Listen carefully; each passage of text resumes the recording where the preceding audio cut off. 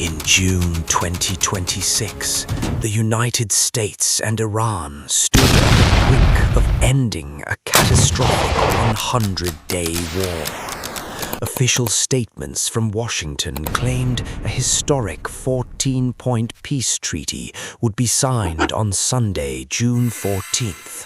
But Iranian state media revealed something different entirely. A massive diplomatic contradiction, something that changes everything about how global power actually operates.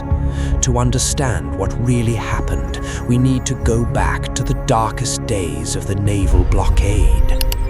For months, the Middle East was paralyzed. The global energy market was suffocating. The United States enforced a crippling naval blockade on Iran. In retaliation, Tehran weaponized the Strait of Hormuz, threatening the daily flow of global petroleum. Millions of dollars evaporated hourly.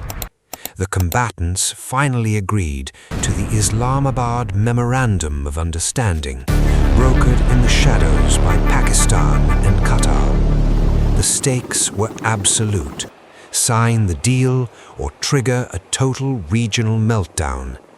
Everything seemed under control until a psychological standoff over a single date changed the equation completely. The world was told the delay was just technical. The data tells a completely different story. President Donald Trump publicly insisted the deal would be executed electronically on Sunday. He promised the Strait of Hormuz would immediately open. But what the official record ignored was the date itself. Sunday, June 14, 2026, was Donald Trump's 80th birthday. Iranian intelligence recognized the political theater. If Tehran signed on Sunday, it would hand Washington a massive, legacy-defining public relations victory. Iranian Foreign Ministry spokesperson Ismail Baghai deliberately cast doubt on the timeline.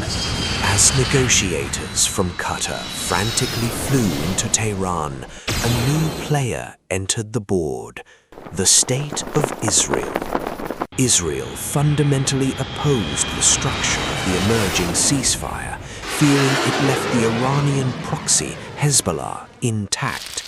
Just as the digital ink was about to dry, Israeli jets launched a devastating strike at an apartment building in the Dahieh suburb of Beirut. The attack killed 3 and wounded 16. Ask yourself this: if peace was truly the goal for all allies, then why did Israel launch a decapitation strike hours before the signing? Iran immediately threatened to walk away from the table.